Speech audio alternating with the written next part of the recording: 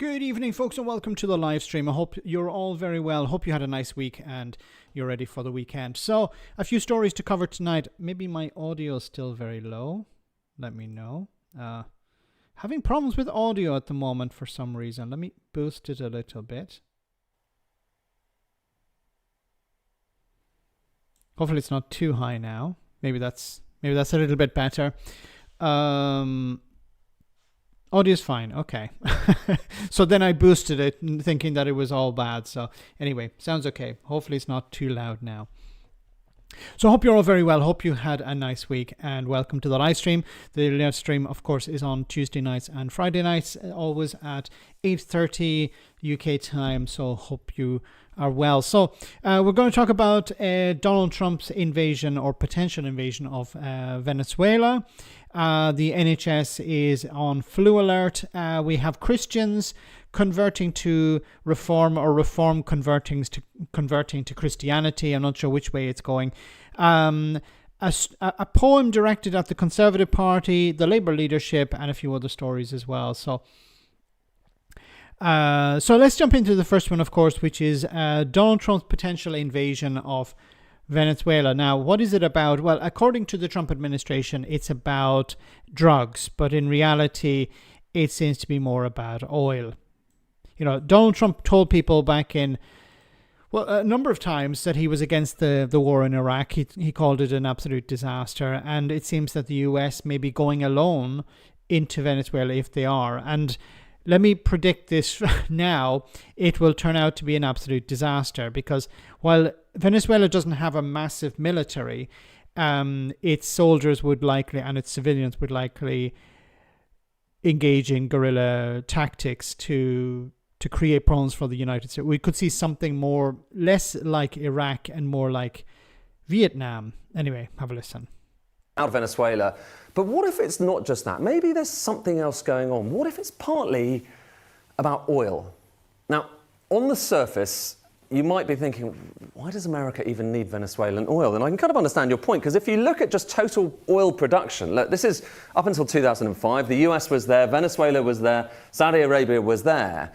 But as you probably know, since then, everything has changed. Look, American output has gone through the roof, way above Saudi Arabia, and Venezuela has gone basically to the floor, and that's kind of post-Chavez, Maduro. They're one of the minnows now, I think 21st biggest producer in the world. So again, that question, why should America care? Well, in the US, that big rise is largely down to this. It's down to the shale revolution. So you've got fracking all around the US producing extraordinary amounts of crude oil. And here's where we get to the interesting bit. Because when you're thinking about crude oil, maybe you're just thinking about, well, look, barrels of oil. It's all the same, isn't it? Well, actually, no. So if you kind of look at crude oil, there are various different types of crude in different parts of the world. There's actually kind of various different ways you can categorize it. But one way you can look at it is look at the kind of density. So you're basically looking at how thick that crude is. And when I say thick, I mean literally how thick. This is showing you global production broken down by the density of that oil. And so you've got the kind of medium stuff. And this is probably, if you've got kind of image in your mind of what crude oil looks like, it's a bit like this, it's kind of black, but it's not too viscous, it flows around. But there's other stuff as well. So this is light crude. And it kind of almost looks like a smoothie, doesn't it? And that's the same stuff. This is still crude oil, but down to the kind of geological and the biological conditions in the ground when it was being formed, hundreds of millions of years ago, it comes out looking a bit different. And so that's light. You've also got heavy stuff. And it's kind of relatively small in global production. But this is gloopy, super viscous stuff. Heavy oil. So heavy, medium, light. Remember that. And remember also, the key thing here is, you get it out of the ground, it may look like that, but ultimately, you still need it to go into, someone's car, or indeed, be turned into chemicals. Basically, you need to process it, and that processing, that happens in places like this, in refineries, and there are refineries all over the world, of course. There are refineries all over the US as well. There's kind of more than 100 of them. And if we kind of look at where those refineries are, well, so there's some in California. So the history in America, actually, historically, a lot of the early Californian oil, that was the heavy gloopy stuff. And if you look at kind of some of the refineries in America, so here are some of the refineries. There's one in LA there. These are the 10 biggest. You've got some up here around kind of towards Canada. We'll kind of come to that in a second. But a lot of them are down there, kind of Texas, Louisiana, on the coast. And here's the critical thing. These refineries are primarily set up for heavy oil, for taking that gloopy stuff and turning it into gasoline and all of the other different products. But here's where things get interesting. And remember that chart I showed you a moment ago, the one which showed kind of shale oil and how it kind of went through the roof? The oil that's generally produced with shale oil, the fracking oil, that comes out of the ground mostly in the light form. So it's the smoothie. It's sometimes actually even clear. It comes out of the ground clear rather than black. And that's the majority of American production right now. Shale oil tends to be light stuff. And actually that's kind of going back 10 years. Look at where we are now. Look at those bars. In the last few years, the amount of light oil being produced in the US has gone up and up and up, and the amount of kind of heavy stuff has gone down. But back to those refineries. They need to be fed. If America's going to have gasoline, it needs to feed those refineries with heavy oil. So if you look at the kind of imports coming into America, in recent years, even though America is producing so much oil, more oil than it's ever produced before, it still needs to suck in loads of oil from overseas. And the type of oil we're talking about, it used to be, it's mostly heavy crude. It used to be only 12%. So only 12% of imports were heavy, gloopy crude. Now, it's about 70%. So 70% of the oil coming into America, which it needs to basically keep its economy going, is heavy crude. And where does heavy crude come from? Well, here are some of the big countries where you find most of it. It's Canada and Venezuela. There's one other. And there you have it. Okay, so Canada and Venezuela is where the heavy crude is coming from, and that's where the United States wants to go after. So they're not going, Donald Trump has suggested that he was going to invade Canada and turn it into the 51st state.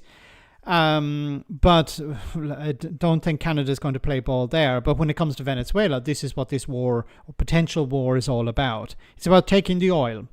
You know, Donald Trump has been somewhat frank about that. Yeah, we want their oil. And a number of figures who are supportive of Donald Trump have come out recently and talked about how, yeah, the United States needs to become an imperial power. We need to go to countries, take their resources, and replace their governments with governments that are friendly to us. They want a new form of colonialism, where the United States will go to. We've been seeing this in the past as well, but this was under the guise of democracy or increasing America's influence in the world. But now it's a case of, the gloves are off. We're not actually going to pretend anymore. We're actually just going to go and take people's resources. You know, Donald Trump had said in the past that the United States should have taken the oil from Iraq. This is, I was going to say it's insane, but no, it's actually quite normal now. This is the new normal. You want something that you don't have, you go and take it. And no one's going to do anything about it. Who's going to stand up to the United States? Venezuela can't stand up. China's not going to do anything about this. Europe's not going to do anything about this. Donald Trump can basically go in there, replace the government with a friendly one, and just take all the oil he wants. Or set up a contract where you ship most of the oil to the United States, or the United States companies go in there, American companies go in there, and then they start pumping the oil out. You know, we're going back to the time of the East India Company. You just go there, take stuff, and shoot anyone who disagrees with you. That's the new reality, it seems. It sounds familiar. It does, Mark. Yes. Of course, it's about drugs, as he's claiming. Then he would have to seize the ship and plant some and justify this crap. They're not interested in the drugs, because if they were interested in dealing with the drug trafficking, they would have stopped these boats, arrested the individuals, impounded the boats, confiscated whatever material there is, and say, look, this is where. But they're not interested in that. They don't care. It's just we're doing this in order to justify our invasion of Venezuela, and it will be a disaster. I'm predicting it now.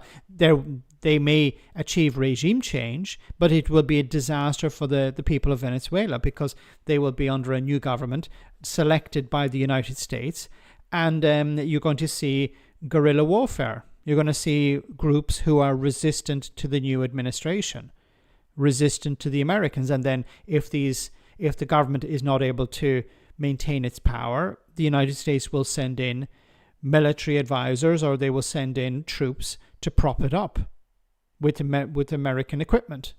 And then this will just make the situation even worse. And Donald Trump is also talking about attacking other countries as well.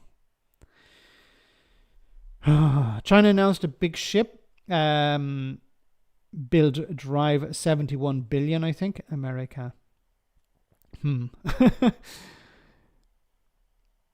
Why would they stop the drugs? The government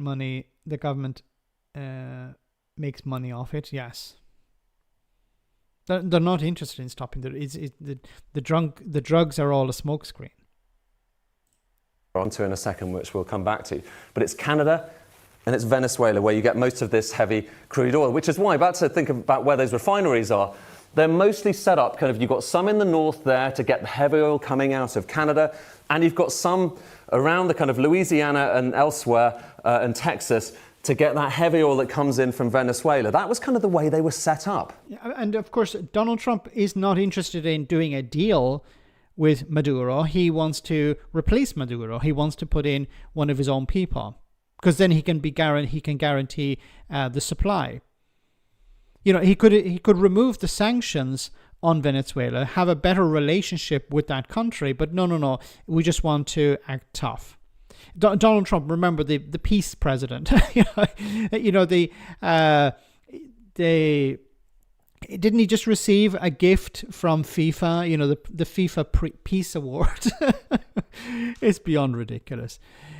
Anyway, guys, let's move on to our next story. So, as I said, Reform UK have converted to Christianity, allegedly. So I want to show you this clip. Oh, we have a super chat from Tom. Thank you so much, Tom. Max, my ex something US neighbor told me that Trump will go get the oil from Venezuela last year.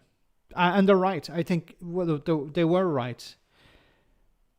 You know, Trump has said before, when it came to Iraq, we should have just taken the oil, and he was actually being honest for a change. He wasn't lying on that occasion. He's usually lying, but on that occasion, he was telling the truth, that he believed that the United States shouldn't engage in regime change. It shouldn't engage in diplomacy. It just goes there, takes the oil, and uses it to fund rebuilding the government, or just to hell with the government, the new government, to hell with the situation in Iraq or wherever.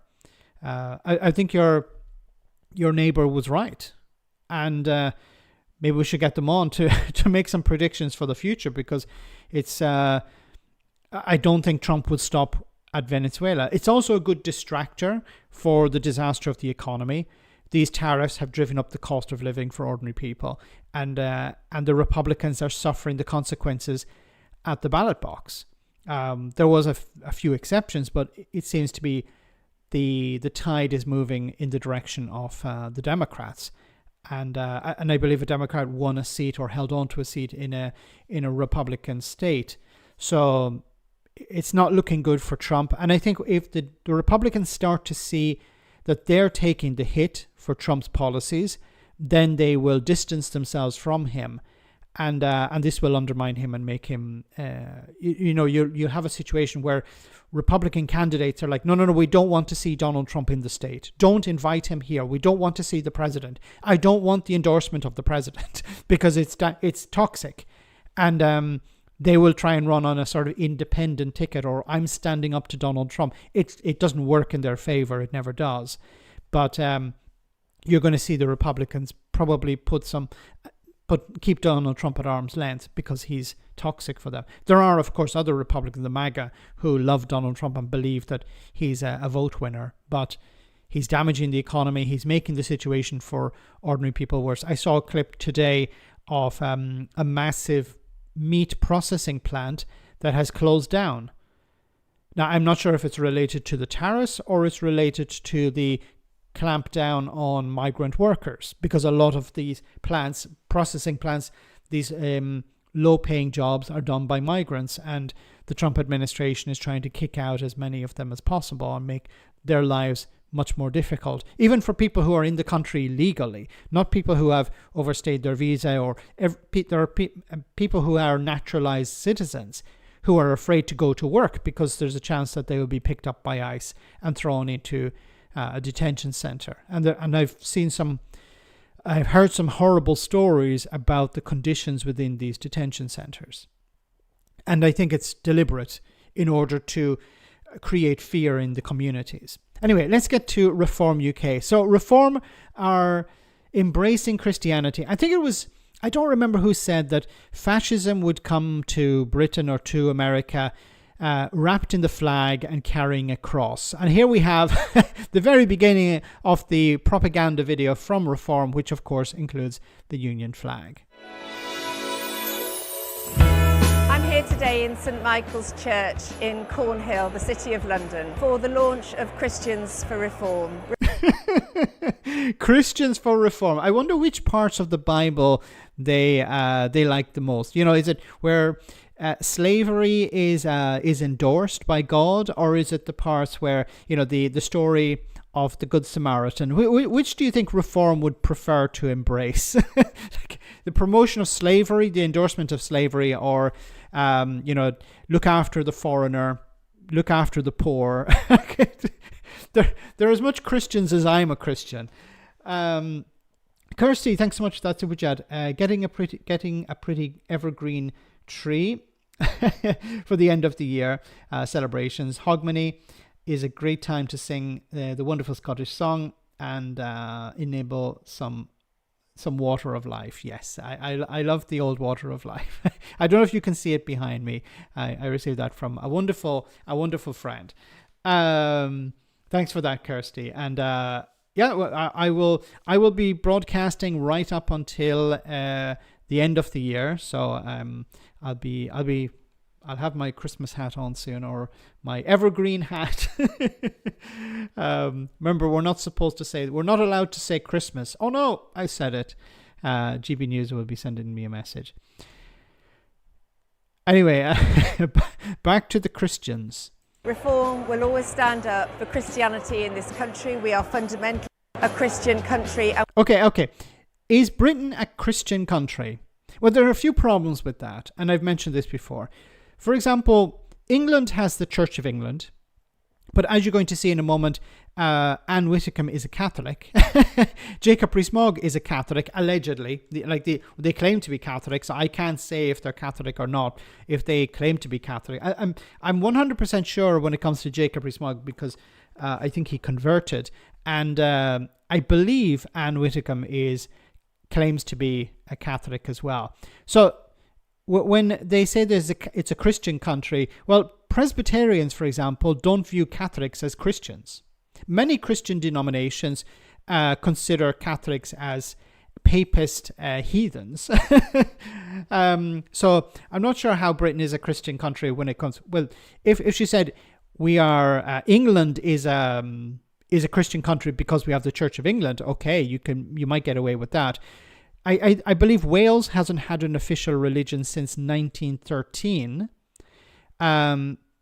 Scotland has the Church of Scotland, I think is the Presbyterian Church in Scotland, but it's not the official church, the official religion in Scotland. And then the other part of the UK is Northern Ireland, and of course there's no official religion there. If you don't know why, well, then you're in serious trouble. Scotland is Kirk of Buckfast. Are Reform going Christian now, or have they always been a solemn vow? Or have they made a solemn vow to try to pray on every day, perhaps to Krishna? Holy cow!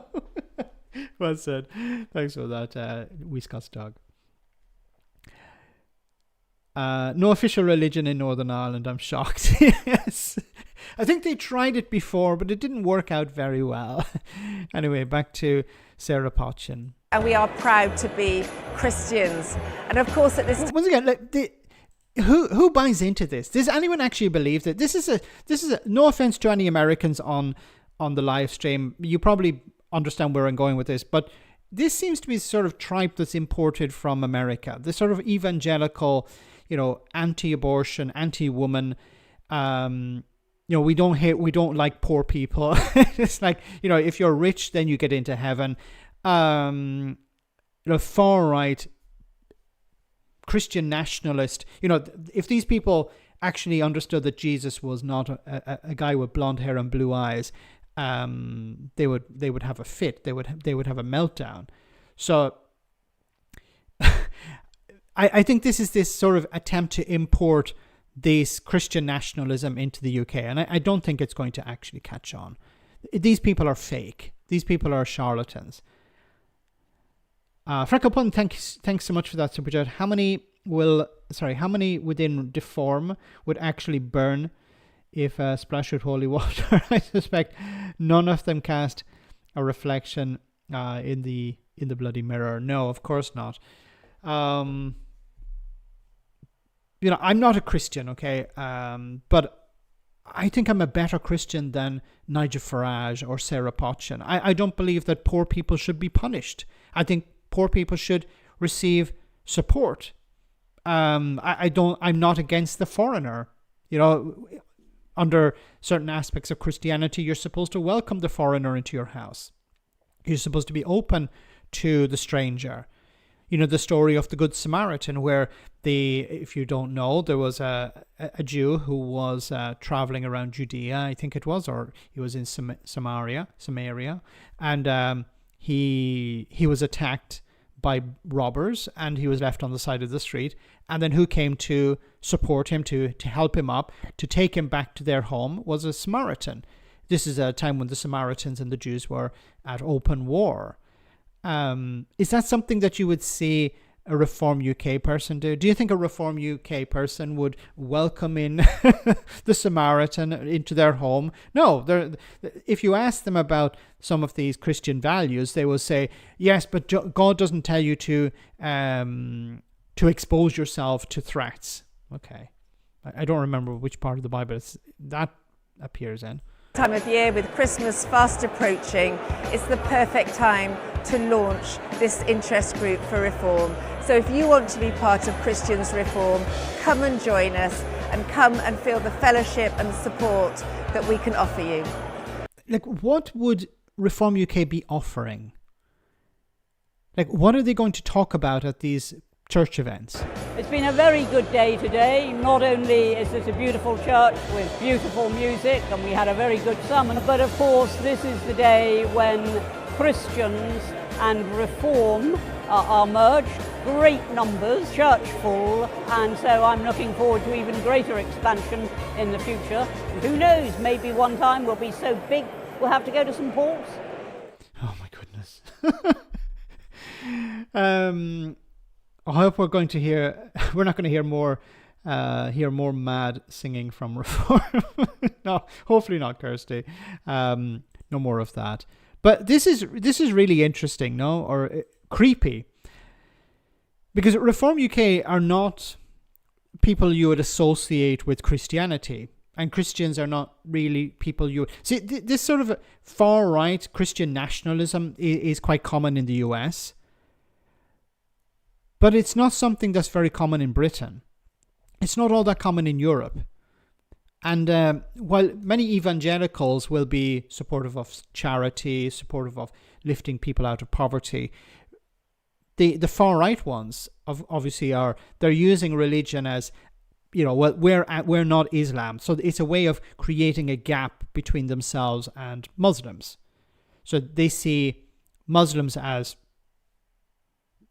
being very religious in a sense, and they want to tap into something like that as well. They want to say, oh, well, we're like Muslims, but on the other side. They don't care about Christianity. They don't care about Jesus's teachings. They don't care about what the Bible actually says about these things. They're just trying to cherry pick what they like out of it and say, well, this is what Britain should be. Of course, some of the political aspects of this is they want to take rights away from women when it comes to reproductive rights. They want to take away rights from the gay community. They would like to ban gay marriage, for example. So these things start out as quite soft and, well, it looks quite harmless. It's just a bunch of reformers singing a few hymns. What's the worst they can do? But it's about political power. Look at what has been happening in the United States over the last number of decades, where the religious right have taken over the Republican Party. And these people are willing to allow people like Donald Trump, who's not somebody you would really associate with Christianity, they're willing to use him as a tool to achieve their goal. And their goal was to fill the Supreme Court with fundamentalist Christians, or people who are aligned with fundamentalist Christianity, these right-wing Christian groups. So that's what Farage and Reform want to do. They can't come out and say, look, we want to ban abortion and we want to ban gay people, but they have to start out in a more palatable way. And this, of course, is part of that propaganda. What would a Reformed Christian single be called? I leave it up to you guys in the chat. Can you come up with some interesting names for a single for Christmas from Reform? I'm dreaming of a very white Christmas. I call them fundamental Christians. Lonely this Christmas. Jingle balls. Feed the world. Yes. Feed Clacton. No, don't even feed Clacton. Who gives a crap? We don't care. Nigel doesn't. In the UK, we have evangelical Bible believing Christians too, but they're not far right extremists like most of the US evangelical. Yeah, no, they are. They're more about, you need to believe in Jesus. Like they're the guys with the sandwich boards who are more about, yeah, we believe in charity, but you need to, we will hold your sandwich ransom to Jesus. You have to convert, and then we'll provide you with support. But no, and they're not like the Anglican Church or certain other Christian groups. There are good people in Christian groups, and there are good people in churches who want to do good things. But I don't think these groups or these churches want to be associated with Reform UK, because generally the Christian church in Britain, the Christian churches in Britain, are aligned to the idea that asylum seekers, refugees need support, not to be beaten with a stick. Mistletoe and wine. Violent night. Wonderful. Reforming around the Christmas tree. A Tony Christie cover. Is this the way to Clacton? Church is an excuse for honour. Yes. Most charities in the UK are Christian and serve Christians and non-Christians alike. Well said. Yes. We must really differentiate the Christians from the people who will be going to these Reform UK events. Once again, I think this is about starting out with a softy approach, and then later on talking about how, we need to ban abortion and gay people. Anyway, guys, let's move on. So, no, I want to start with this story. No, what did I do? Okay, here we go.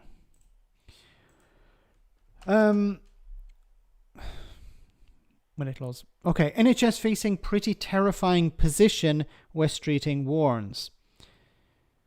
So let me get up this story here.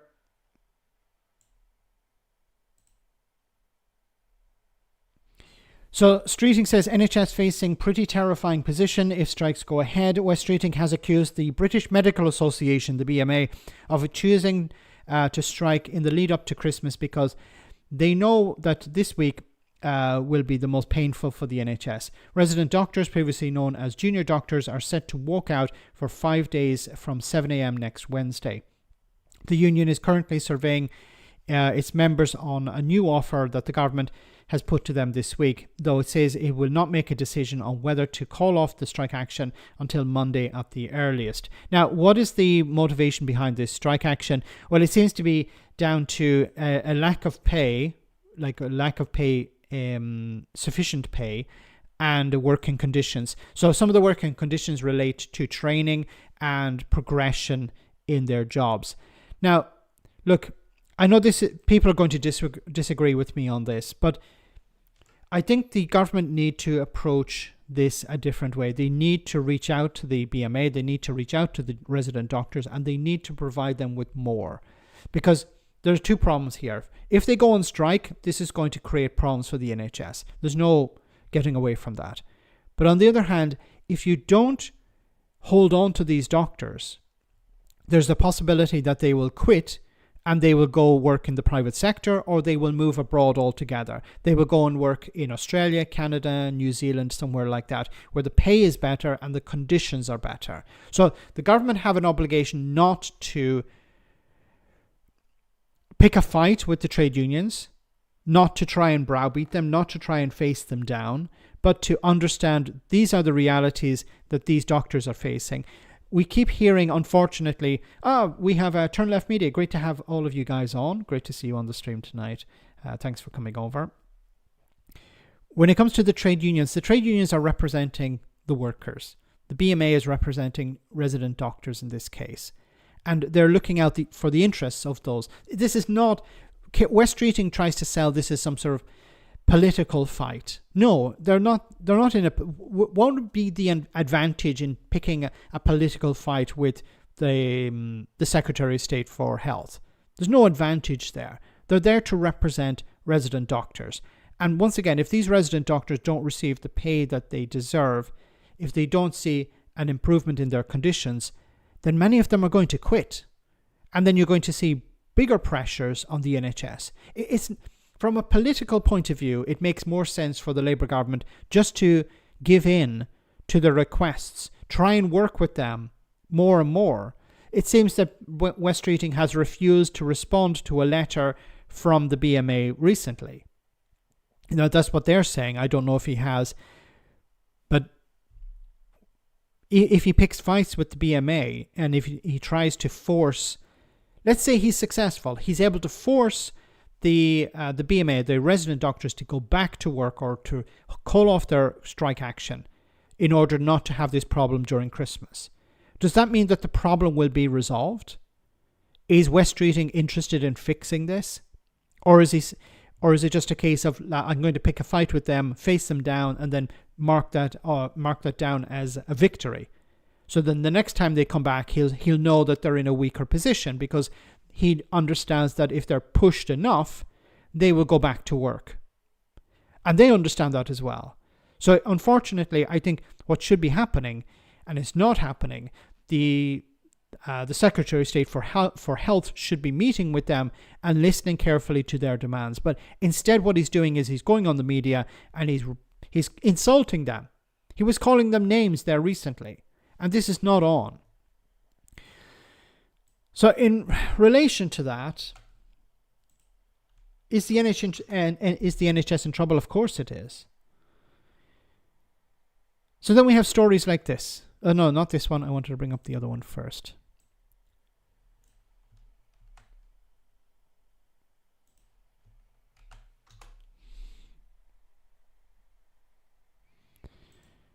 We've got a situation now where doctors are going on strike. It's going to, let's be blunt, it's going to kill a lot of people by these doctors going on strike. Okay, so the doctors would say they're going on strike in order not to kill people in the future. Like, what are the doctors supposed to do? If they say that, look, if you're not going to improve our wages, like the West Streeting has said that, well, they've received a 27% pay increase. It's not a pay increase, it's pay restoration. So they're more or less back to where they were 10 years ago. That's not a pay increase. And I keep saying this, I keep reinforcing this point. It's not about the doctors today. It's about, if you want to hold on to these doctors, you need to pay them well. You need to improve their conditions. It suits the government. It actually undermines the government if they start picking fights with the trade unions, because they may win a tactical victory. They may say, "I see, we are able to face them down." But will that encourage doctors to stay? Will it encourage people to join the NHS? Will it strengthen retainment? I don't think so. I think, John, again, I just want to be cautious there, because I don't want to frighten people. I don't want to, I'm only agreeing what Wes said. They've done it on purpose. They've done it on purpose to basically to maximise damage. Yes. They do not care about basically people in the NHS. How are you saying that? They're doctors. They don't care about people in the NHS. Their job is literally to care. No, doctors and workers don't want to go on strike. It's not in their interest to go on strike. But if they're in a situation where they're trying to reach out to the government and the government are not responding, then what are they supposed to do? Because if they just say, okay, to hell with it, we're not going to go on strike, what we're going to do is go back to work, then what's going to happen? The government will think everything is fine, and they're not going to fix the problems. Wes Streeting has said that he's interested in fixing the problems, but is he truly? Because we know that Wes Streeting has received a significant amount of money from the private sector. He's received significant donations from private companies in healthcare. Now, why are these private companies making massive donations to Wes Streeting? Because they like his hair? Because they like the way he talks? Because they like his style? Or is it because they want something in return? Companies don't give money to politicians willy-nilly. They give it because they want something in return. That return on that investment could be a change in legislation, or it could be a contract, or it could be, if it's an individual, maybe a seat in the House of Lords, or a position in government, or to work as some sort of consultant or something like that. But the private healthcare companies, some of them from the United States, if they're donating to a political party, they want something back. Their patients, they have gone against their charter on protecting people. It is point blank simple. I would go more blunt, that I would cancel basic strike action. If you sign up to... Okay, so you're not allowed to go on strike. Okay, so what are they supposed to do? What effect that would have on the effect? Sorry, what effect do you think that would have on retention? You're taking strike action away from them. This is not like the police. People know that when they join the police, they're not allowed to go on strike. The army are not allowed to go on strike either. But you know that before you become a police officer or a member of the armed forces. But when you become a doctor, you hope that the government will be on your side, that they will be working with you to provide care for patients. But if you feel that the government is not upholding its side of the bargain, then what is your other way of approaching it? Like, what advice would this guy who's calling in, this guy called John, what advice would he give if the doctors are not allowed to go on strike? How would they deal with problems with the government? Basically, the contract or a job application, you are not allowed to strike anymore. This is only for brand new... It's just like, okay, we don't want to recruit anyone. So imagine if you joined there are two companies. Do you think if these doctors and nurses joined the private sector, they would be able to strike? Yes, they would, because they would have a different trade union. They would have a different contract. So in the private sector, they could go on strike. But when it comes to the NHS, this guy doesn't want them to go on strike. I would like to ask John, would you like if your employer said tomorrow, you're not allowed to go on strike? Doctors. So basically, any new doctor, you have basically people choosing whether or not they want to join the NHS, but you lose your right to strike. There's 150,000 vacancies in the NHS, and this guy wants to make it more. He's not satisfied with 150,000. He wants to have maybe 200,000. He wants to see people leave. He doesn't want people to come in. Like, can you imagine the NHS is trying to recruit people? And you have people like John saying, we should actually make it more difficult for the NHS to recruit these people because we should ban industrial action, ban strikes. This is insane. It's like the Tories when they were like, yeah, we need to bring down immigration. We need to make it more difficult for the care sector, for example, to bring workers in or bring families in because we need to satisfy Nigel Farage. And what has happened? Well, the care sector has seen it has been struggling to reduce its vacancies because not many people want to work in the care sector. It's very difficult to recruit people.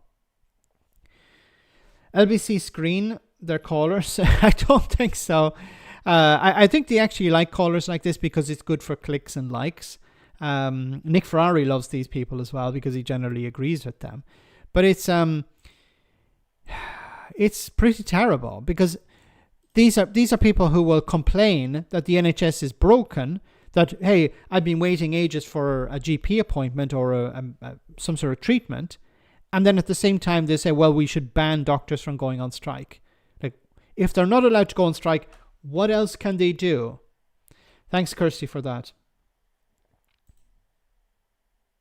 Now, the NHS in England is facing what its medical directors called a worst-case scenario after the number of people in hospital with flu jumped 55% in a week to a record high for this time of the year. The so-called super flu has already caused 6 hospitals in the Midlands to declare critical incidents.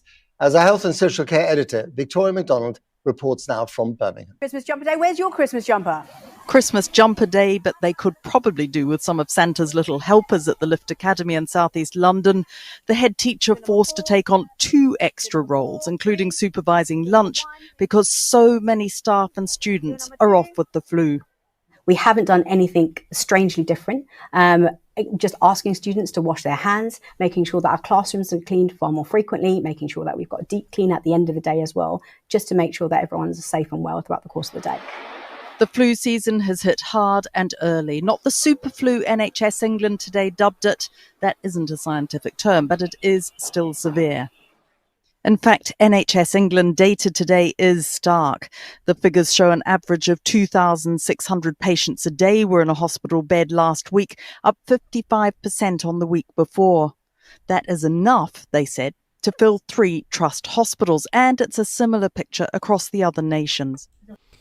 And unfortunately, we heard Nigel Farage this week saying, I would refuse to wear a mask.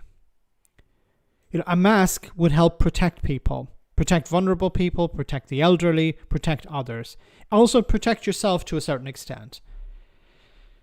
But Nigel Farage doesn't want to do that because, well, he doesn't give a crap. He doesn't give a crap about people in Clacton. Obviously, he's not going to give a crap about people outside Clacton either.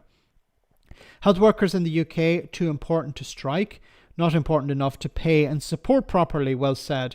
In other news, Mr. Shrogan's cat is still missing. Thanks so much, Gareth. Yes. Great to see you on the stream again. Thanks, Gareth. It's a situation where, as Gareth has correctly pointed out, where, they're not important enough. They're too important to go on strike because I don't allow them to go on strike. But at the same time, they have to work for buttons. Never works like that for MPs, though. Monk's Path GP surgery in Solihull has started asking staff and patients with respiratory symptoms to put on masks, echoes of COVID days here in the West Midlands. On the whole, it's been well received. We've heard that the hospitals are doing exactly the same. I was at the hospital yesterday and saw all the staff there wearing their masks. We believe that, along with hand hygiene and other measures, we will try and keep the spread within the surgery down, because actually health, sickness, absence amongst our staff will contribute to challenges that we may face delivering care on it. The West Midlands has been hit hard by the flu, and here they say the vaccine uptake has been low in the under 65s. The messaging is trying to be put out there that, vaccination is safe, effective, and for those who are at risk. I really wonder, is the low take-up related to the pushback from the far right and the media when it came to the pandemic? When it came to COVID, many on the right were talking about, they were discouraging people from taking up the vaccine. They were complaining about lockdowns. They were complaining about the pandemic, their response to the pandemic. And now that we're seeing something similar, it's not the same, of course, but something similar, are we seeing the same idiots come out of the woodwork again to discourage people from taking up the vaccine, a regular vaccine, and of course from wearing masks, which would protect other people? Oh God. Anyway, guys, let's move on to our next story. So I wanted to show you this clip, which was very nice, actually. So it says, during the Bradford Council meeting on the 9th of December, the local Conservatives proposed to cut council tax support for the most vulnerable in the district. Green Councillor Matt Edwards on Blue Sky had this brilliant reply. So, of course, the Tories are not on the side of the poor. That's not exactly news for most people who are watching the stream. But have a listen to this response to the Conservatives' plan to cut support. Sometimes I really don't know what to say in response to Councillor Pollard when he speaks. So instead I prepared a poem, which is not my strength, and I thought it'd be the only one tonight, but it will articulate it. 'Twas 2 weeks before Christmas when all through this chamber came a motion from the Tories with their usual timber. Not stockings with gifts, nor goodwill to impart, but a plan to cut help for those struggling to start. While many people are worrying about bills, heat and light, the Conservatives chose this moment to pick a new fight. To chip away once again at the poorest support, a cold-hearted gesture of the frostiest sort. And let's be clear, council tax support isn't some luxury treat. It's the line between coping and life on the street. It keeps households stable, it helps people stay near, not something you slash at the end of the year. Now, as Green councillors, we've been clear all along, you don't help the vulnerable by doing them wrong. You back those with least, that's the fairness we seek, and fund it by taxing wealth, not punishing the weak. But if lifting kids up at a moment of light, and then cutting support now is the opposite of right. 2 weeks before Christmas, compassion should steer, not motions that deepen what people most fear. So tonight as Green councillors, we'll be voting with heart and ask every councillor, whatever your party, to choose hope over hardship, warmth over fear, and keep cuts from our poorest as Christmas draws near. Wonderful. Wonderful. There are some good people out there. Thanks so much, Ivan, for your comment. Hi, Max. Did you know that my autism campaign went to Parliament? This is my push for the correct support for autistic people during the future pandemics. Did you see it? I didn't see it, so please do send me a link after, and I will promote it on the channel and on social media. Thanks so much, Ivan. Do send it on to me, and I'll see about promoting it as well. Well done, and thanks for doing that, because unfortunately, when it comes to people who are with autism, they are being left behind in so many ways, and it's great that there are people like yourself who are speaking up for people with autism and raising more awareness about this, and especially when it came to the pandemic.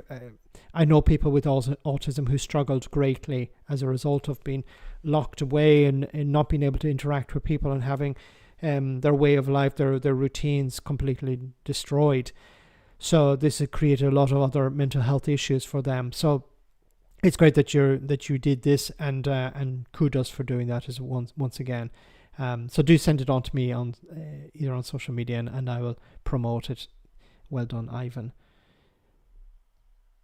In regards to the poem, timing wasn't the best, but otherwise it was good. Yes. What does that involve, Ivan? So some more comments related to Ivan. What really pisses me off is that Labour are thinking along similar lines as the far right. Damn them for that.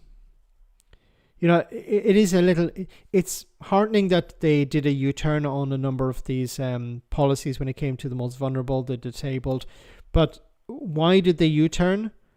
Was it related to pressure from backbenchers, or was it because people like Rachel Reeves believed it was the right thing to do. Because how could she say on one week say, no, we need to cut this support, we need to force people into jobs, even though we're not talking about people's jobs, even though PIP is not a work-related benefit. We need to get people back into job centres or into the workplace. While a week later, they were basically saying the opposite, saying, no, this is a humanitarian approach.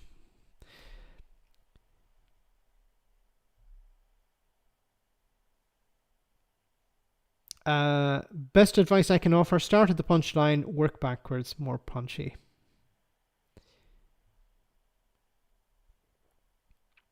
Suzanne, it's awful having to work with people coughing and spluttering about and not covering their mouths. We're actually in a shop today, myself and Mrs. Max, and there was an old man there who it seems had some sort of symptoms, but he was wearing a mask, which was good. Kirsty, my hands are sore from washing. Anyway, guys, let's move on to our next story. I wanted to cover this because I think it's important. It's not going to get a lot of traction in the media, but I think it's really important. I've mentioned these things before, but it's just a short clip here from Google DeepMind.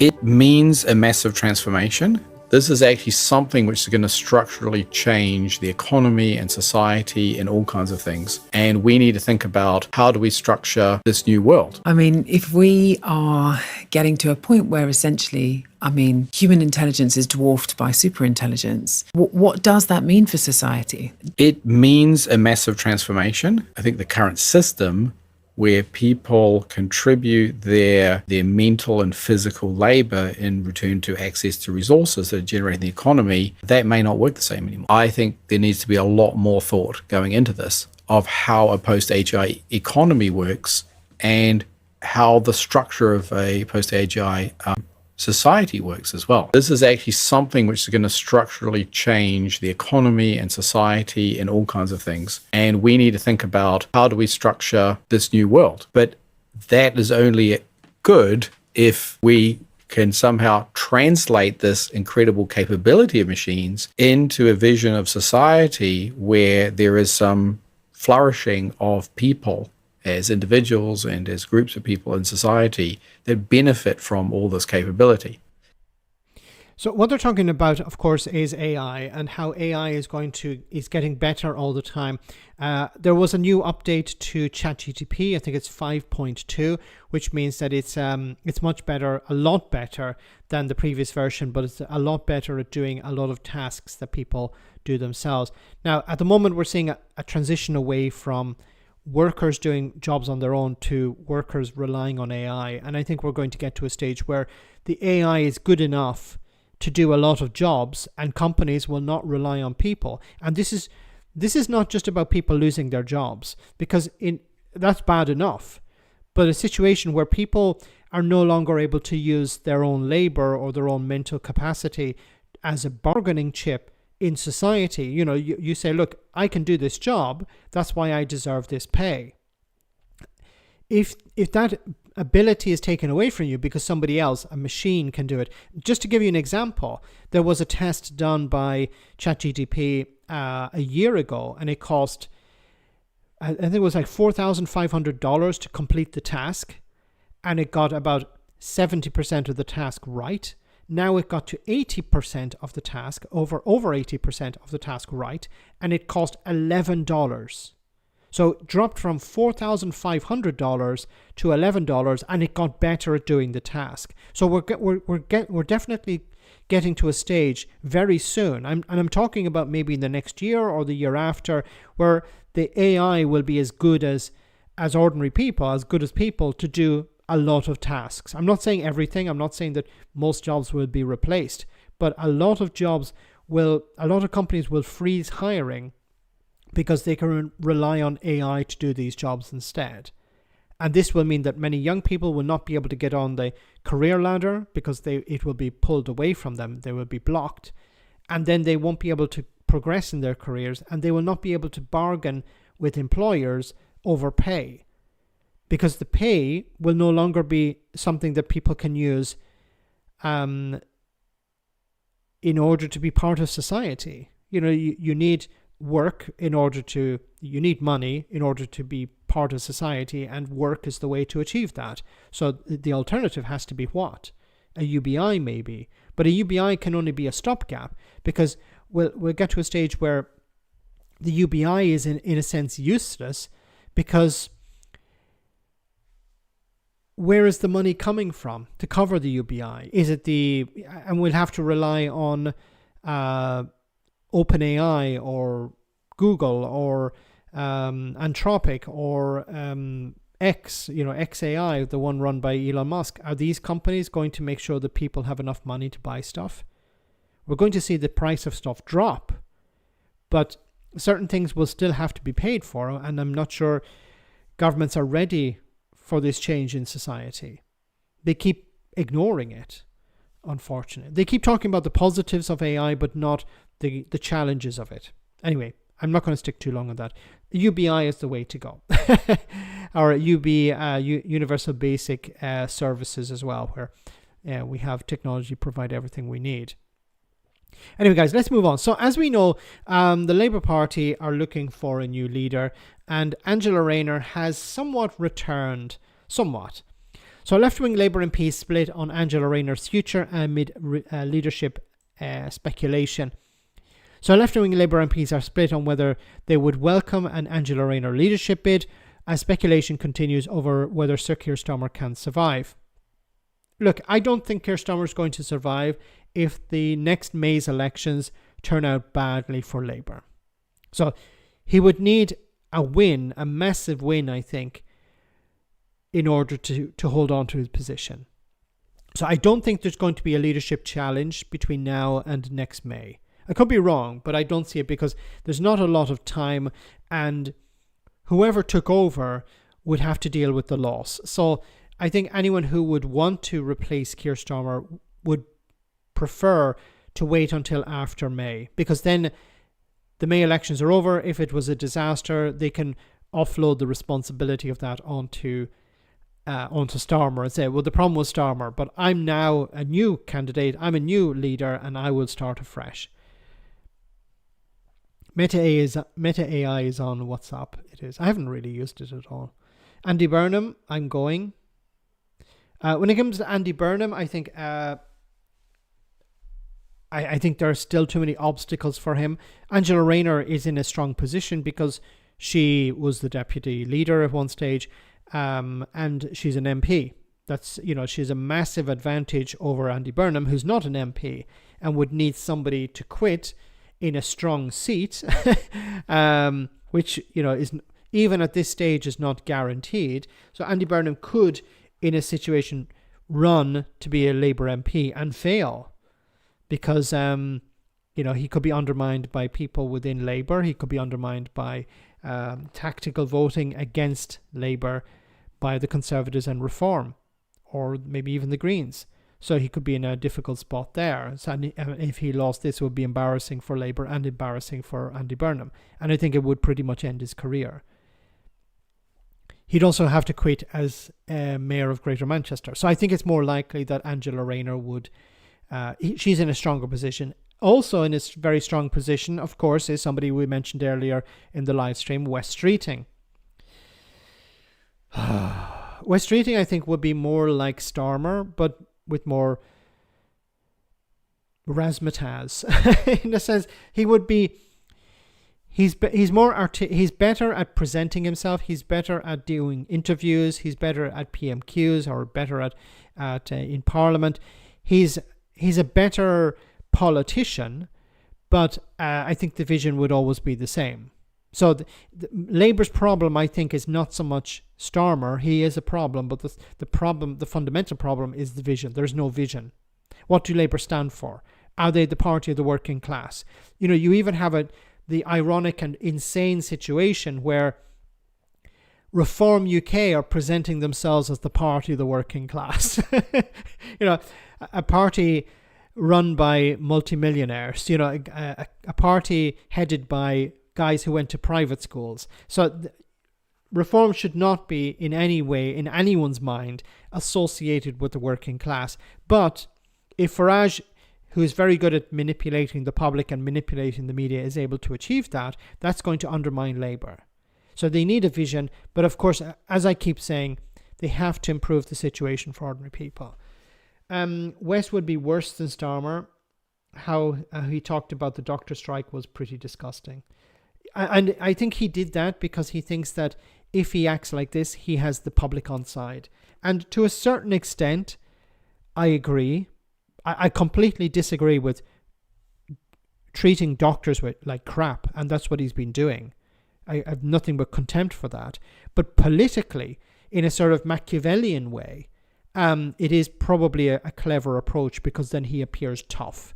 And voters want somebody who's tough. They don't care. The voters want the GP appointment, but if GPs or doctors go on strike, they want those doctors punished. This is the ironic position that people find themselves in. And then if they see fewer doctors and nurses, then they're going to complain about that. And at the same time say we shouldn't pay them more. They're paid enough. They got a 28% pay rise, when in reality they didn't. Farage, man of the Russian people. Yes, he's a man of the people. Just which people we have to specify. Streeting has the anger and the fire to tackle Farage more than Starmer, but there's every likelihood he will go after the US too. I'm not saying that Wes Streeting is not a good politician. He's a wonderful politician.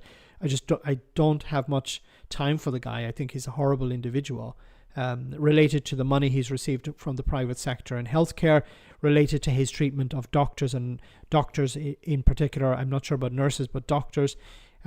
He's treated them with nothing but contempt, and they're the people who he needs in order to bring down the NHS waiting list to have a functioning NHS.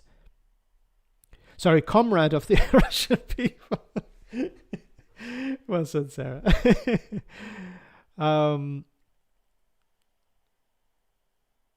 What is man of the Russian people in Russian? Comrade. Maybe it's a bit more than that. So guys, we're almost at the end of the stream, so I want to cover one final story before we go. And it's related to Reform UK. So they have become Christians. They have reached out to the American far right and said, "Oh, look, you should pretend to love Jesus for a bit, and we'll see how that works."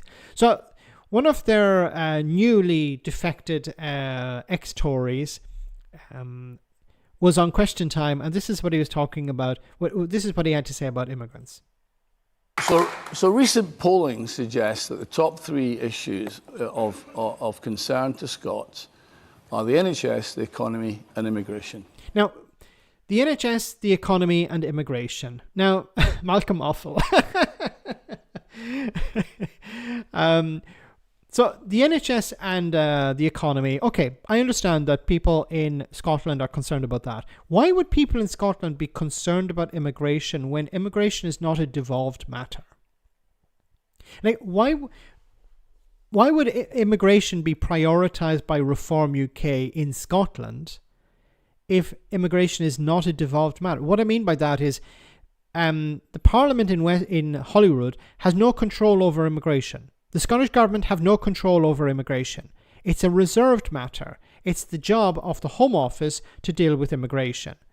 So why would people in Scotland care about immigration? Now, I'm not saying that they can't, but they have no power to do anything about it. Now, why are people in Scotland concerned about immigration? Well, because Reform UK and the media have been pumping this constantly. They have convinced people that you need to be concerned about immigration. You know, because all of Britain's problems stem from immigration. That's what we keep hearing. You know, it used to be the EU, now it's immigration. So obviously, people in Scotland are now talking about immigration, even though Scotland has no control over it. The politicians speaking on this topic are reflecting what the concerns that people have. No. The politicians are not. it's not because the people have concerns, it's because politicians like Nigel Farage have injected these concerns into people's minds. We're talking about it because this is a concern that's come up quite recently, only in the last 5 years or so, and it's illustrated by the scale, the numbers. That's what's being illustrated here. As I said before, we've got a tradition of being welcoming. Of course we do. But we need to know who people are. We want them to assimilate to our culture and speak our language. Okay, so this was about speaking the language. This was following the news that 1 in 3 children in Scottish schools speak English as a second language. Nothing to do with not speaking English. They speak English as a second language. Now, why would Malcolm have a problem with people who speak English as a second language? If he went abroad and he lived in France, for example, he would speak French and he would speak English. Now, his English would be his first language and French would be his second language. Now, if his French was sufficient to get by, should the French have a problem with that? Or should they be demanding that he be deported? You don't speak French good enough, you need to go. Like, this is the Reform UK approach. And it's ironic because you have people like Lee Anderson who can't string 2 words together. Can't string a sentence together, I should say. There, I shouldn't be there either. You know, I have a huge amount of respect for, and this is honest, I'm being honest now, I have a huge amount of respect for people who speak English as their second language. People who learn it and speak it to a very high level. I have a huge amount of respect for people because I'm not very good at languages. Not even good at English. But this thing of, people need to integrate and they need to assimilate. What has Malcolm done to help people integrate? What has Nigel Farage ever done to help people integrate? This has to be the question. Every time I hear someone on the right say, well, these people need to integrate, they need to learn the language, they need to adopt our customs. Okay, but what have you done to help them? Because integration is a two-way street. People arriving in a country should integrate, and the people in that country who want those people to integrate should facilitate that integration. They should help them. What has Malcolm done to help people integrate? What has Nigel Farage done? Diddly squat. Just complaining. See, they complain that the people haven't integrated, and then they won't help them integrate. It's like they won't help them to integrate, then they complain that they're not integrating, and then they will not help them integrate. And then complain. And then we just keep going back and forth, back and forth. You don't get to complain about people not integrating if you're not helping them integrate into society. Go out, meet them. Organize a cake fair or something like that. Organize a little party in the town when the asylum seekers arrive so that they can meet members of the public. Try and do something like that. It doesn't have to be all of the asylum seekers, even just a small group of them. You know, some of them may be Christians. You could organize something at your church. Welcome these people into the community, even if it's only for a short period of time. Help them integrate. But no, you don't want to do that. Reform are constantly harping on about immigration. Scotland welcomes immigrants. Reform needs to go. Well said, Kirsty. Yes, and that's another point, that Scotland and Wales in particular, both Wales and Scotland, are welcome to asylum seekers and immigrants. They understand the value of immigrants. They understand that many Scots or many Welsh, but also many people in Europe, either can't or don't want to do certain jobs. And if we want these jobs done, then we need immigration. I'm living in Italy, and we have Giorgia Meloni, who's anti-immigration. You know, she's the same. She's pretty much like Farage. You're constantly complaining about immigrants. So we need to reduce the numbers. Italy has a population that is getting older all the time. The population is declining, so we're having fewer and fewer young people, and we're having more and more old people. And the old people need these services. They need social care. They need health care. They need all these. And young Italian people don't want to do these jobs or can't do these jobs. So that's why we rely more and more on people from abroad. So there's this unfortunate situation where you have the right saying, well, no, we should train up our own, but we don't want to invest in our own. And at the same time, they keep saying people should have more children, and they create obstacles for those families to have children.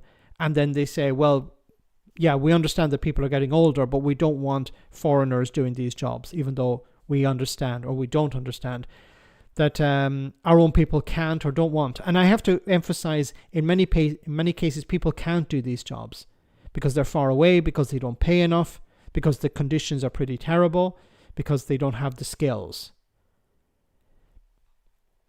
And many people don't want to do these jobs. And, you know, and people have a right to say, I don't want to do this job. And I keep saying, would Malcolm here prefer somebody who was forced to do the job than somebody who wanted to do the job? Anyway, guys, we're almost at the end of the stream, so I want to say thank you to everyone who sent a super chat. Thank you so much for that.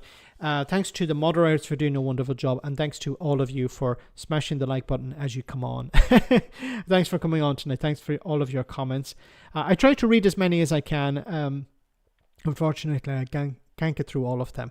So before we go, we have our one for the road. Unfortunately, there won't be a post-stream chat tonight, but I will see you next Tuesday, same bat time, same bat channel. But before we go, enjoy this.